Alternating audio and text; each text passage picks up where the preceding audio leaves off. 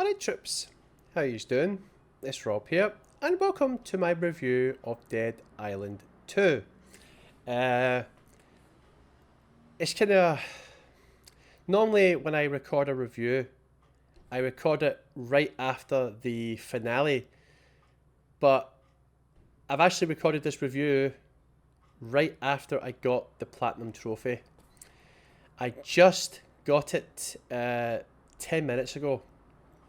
And I'm so relieved because I genuinely thought that this was going to be the first platinum that we had to abandon on the channel. I've abandoned platinums in the past. Like, I tried to get the platinum trophy years ago for The Evil Within 2. And I was doing quite good until I wasn't doing quite good. And the game just got... I think you had to complete it on the hardest difficulty. And I was getting so far into the game, and then the difficulty just shot right up, and I just could not get past this one section, and I had to abandon it. And I did the same with Mass Effect Andromeda. The reason I couldn't get the platinum for that is because there was multiplayer trophies, and back then, like, I attempted the platinums that had multiplayer trophies, but over a period of time, I was like, do you know what? Multiplayer trophies are more trouble than they're worth, and I just cannot be arsed going through all the hassle trying to get them. But it was the multiplayer trophies that kind of fucked me over in Mass Effect Andromeda. So I have abandoned platinums in the past, but any platinum that we've committed to on the channel, we've been able to successfully get the platinum, and I am pleased to say I was finally able to get it. One of the reasons why I almost didn't get it, we'll get into that later, but it involves the whole co-op system that Dead Island 2 actually has in place. Spoiler alert, it's not very good. But yeah, anyway. So even though I just got the platinum, right, this review is going to come after the finale before I attempt the platinum. So it's kind of... So when you actually watch this review, just know that it's probably a big massive spoiler, right? Because I've already told you anyway, right? But you know, all the episodes that come after this review, it's all the push for the platinum videos. Just know I do get the platinum. So yeah, anyway. So, what did I think of the game? I think overall it was a good game, but it had faults. It had flaws. So let's talk about the story first, right? The story was not very good. It was lazy, guys, right? I mean, every zombie game, there's a zombie apocalypse, and there's always one person who has the cure either inside them, or they know of a cure somewhere. They know of the existence of a cure in a wee lab somewhere, and you know, that's it. There's a zombie apocalypse. The person you go is immune to the zombie virus, and you are humanity's hope. But it didn't quite play out the way I thought it was going to play out. The ending was just... That ending screams Dead Island 3. So I'm assuming that the developers are planning on making a third game in the trilogy. Otherwise, that ending just did not make any sense whatsoever. But if they don't give us a third game, then that's one of the worst endings I've ever seen. It's terrible. But because it leaves us with so many unanswered questions, which is why I think there's going to be a third game. But considering the fact that Dead Island 2 was stuck in development hell for over 10 years, a lot of people thought this game was never going to see the light of day. I just hope we don't have to wait that long for a third game, if there is going to be one. And the last boss was just... what the fuck? It was a mutator. A named mutator. Granted, the mutators are the toughest enemy in the game alongside butchers, right? But really, this was an opportunity for the developers to create a new type of monster, a new type of zombie, something big, something epic looking. But nope, it was just a mutator. And we took the mutator down with relative ease like we have with all the other mutators. And then we ran to the helicopter, and Danny... This is a spoiler. I'm going to assume that you've played the game, you've completed it, or at the very least you've watched me play it from start to finish, right? But Danny gave The cure, the only sample of the cure to Sam B, the guy from the first game, which makes sense because he was losing the battle with the virus. He was no longer immune to the virus, and he was dangerously close to becoming a zombie himself. So Danny gave him the cure, and he's no longer immune, but he's human again, guys. And Danny basically committed to finding Dr. Reed's daughter, Tisha, I think it is, who has the cure inside of her. But Lola Conrad never really played into the ending that much at all. So it was a very disappointing ending. It was a very disappointing final boss fight. That is what it is. The characters, however, are a massive improvement over the first one. I honestly, guys, I hated the characters from the first game, especially Cinemoy. Oh my god, that piece of shit. Like, he literally has us jumping through hoops. Like we risked our lives so much, and he comes out with, listen, mate, I know you're on a mission, and I know you've got things to do, right? And I know you've done a lot of things for us, but you've got to do better. You've got to try harder, mate. We're really struggling here. And he's just sitting in the lifeguard tower doing absolutely fuck all, sending us out on death runs. Oh, I just hated Cinema so much. I didn't like, to be honest with you guys, I didn't like a single character in the first game. However, they really did improve the characters in this game. Now, you get a choice of multiple Slayers at the start. I went with Danny because she's so epic looking. I love her look, I love her style, and the fact that she's Irish.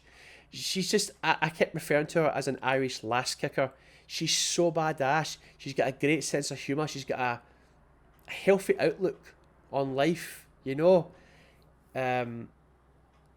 She doesn't let life kick her when she's down, you know.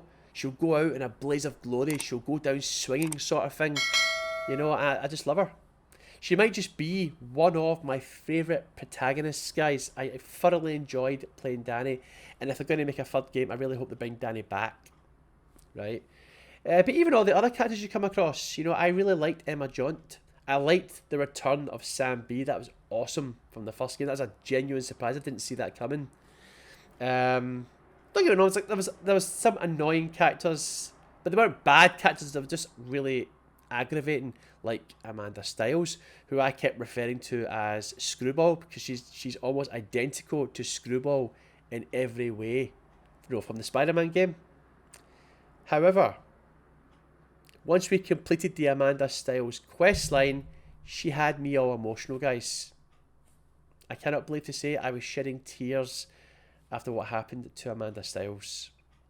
So to go from hating a character to feeling something for the character, that's good character development in my eyes, right? Who else? What other characters did we come across? The Storers at the Blue Crab Grill, you know.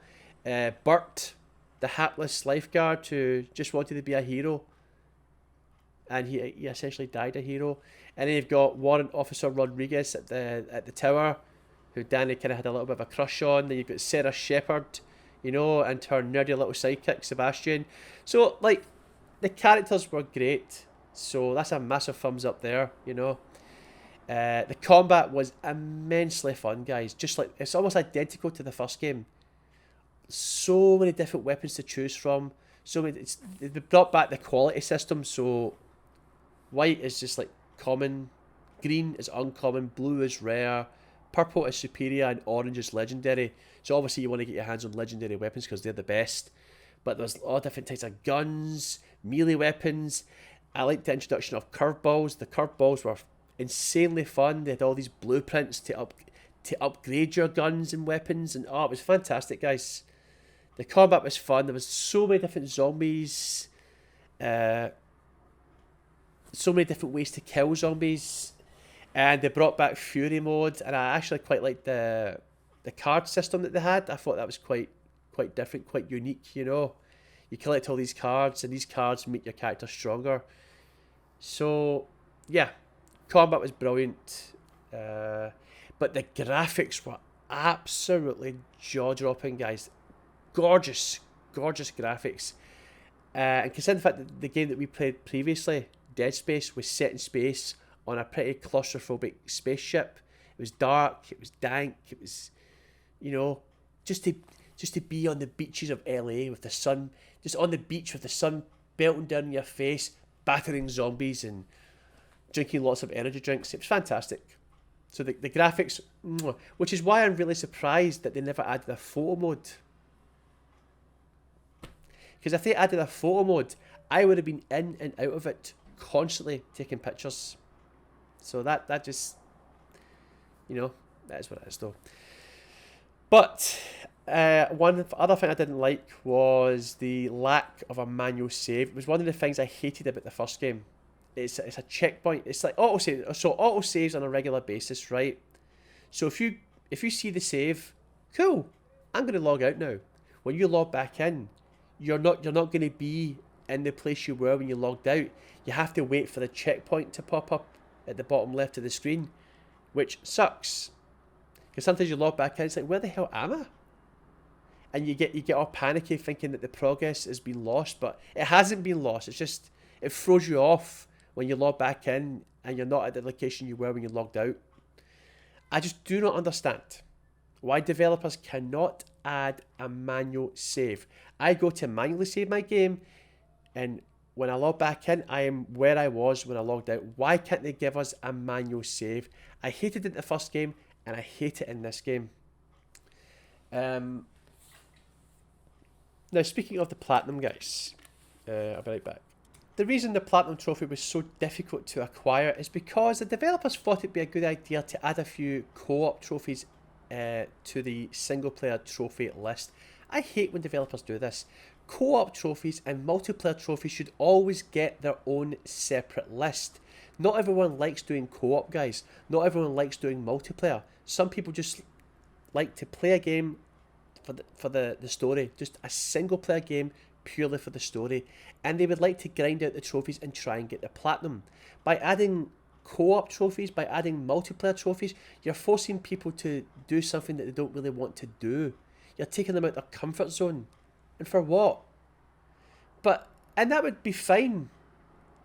But the co-op system in this game is atrocious, guys. I said it when we actually just before we actually acquired the Platinum. It's atrocious. It's abysmal. It's awful. So there's two ways that you can play co-op in Dead Island 2. You can go to join game, right? And it will search for players who have set their game to open, where you can join their game, right? But here's the thing. You join their game, there is literally no way to communicate with the person whose world you've just joined. There is no voice chat. There is no type chat. So unless the person can read your mind, they have no idea why you joined their world. You joined their world because you want to try and get the co-op trophies, but they don't know that. They just assume that you're there to have a good time. I'm not. I'm here for business purposes. I am trying to get the Platinum. Business purposes. But you get the point. So, and there's another co-op mode called Neighborhood Watch, which is like a cross between Call of Duty Zombies, and it's like a roguelite simulator thing. And that was just extremely laggy. I played a few games off cam, and it was just laggy as fuck. So laggy, in fact, that you just couldn't play it. It just took the enjoyment right out of it. So obviously, the Neighborhood Watch are on servers that are just terrible. So yeah. But someone told me a tip that when you join someone's game, right, you can add them to your friends list on PlayStation.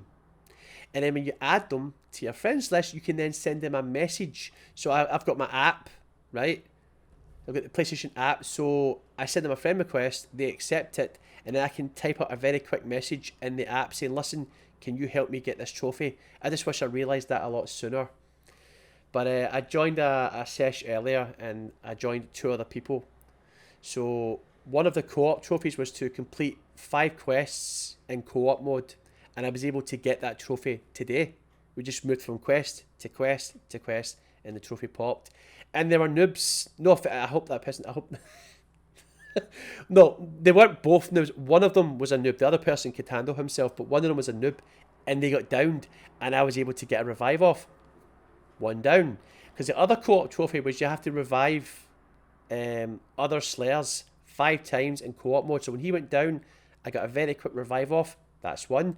And then they went down again later, so I was able to get another revive off. And I ended up adding one of them to my friends list and saying, listen mate, I've got 3 more revives to get off, and then I'll be able to get the platinum. So can you get yourself downed 3 times so that I can revive you? And they done it. And I got the platinum. But the fact that I have to add somebody to my PlayStation friends list just so I can message them to let them know that I need help, it's not good, guys. So the co-op system is a pile of pish. The servers are pish. Developers, if you're watching this video, do better for the third game, please. Give us the ability to turn on our mics, allow us to type in chat. That's all I'm asking. It's not much. And there was a few bugs and glitches that I came across, you know, but it is what it is. But overall, the game is good. I really enjoyed it, and I'm glad that I went for the platinum, and I feel relieved that I've got it. So, with regards to what I'm going to give the game for a score, I'm going to give it a 7 out of 10. Now, it's been a roller coaster, guys. It started off as a 7.5, and as I progressed through the game, I actually started to really enjoy it, so I went up to an 8. But because the ending fell flat and the final boss was just utter garbage, I took it back down to a 7.5, and then with the whole co-op malarkey, I brought it down to a 7. It is what it is. I could have bought the season pass and played the DLC, but I can't be bothered, guys. You know, I don't like the game that much to the point where I want to buy the DLC and play it. So yeah. So there we go, guys. That was Dead Island 2. I hope you guys enjoyed the playthrough. It was a very fun playthrough. There was so many funny moments. I put a lot into this playthrough, so I hope you guys enjoyed it. And what we're going to play next is Dying Light, but that will come after the push for the platinum. Once you see me acquire the platinum trophy for Dead Island 2, the next episode after that will be the first episode of Dying Light. So yeah. Anyway, guys, thank you very much for watching. If you enjoyed the review, hit the like button. If you want to ask me anything, talk to me about anything relating to the game, just let me know in the comments below. And if you'd like to see more videos like this, subscribe to my channel, and I will see you guys in the first episode of Push for the Platinum. Bye! Okay. I can't understand that. I can't understand how it works now, guys. Splat! I get it. Oh, but you need help. Oh, fuck. There we go. Oh, no. Oh, no, no. Oh, shit. Oh, buddy, get away. Get away. Red marshmallow.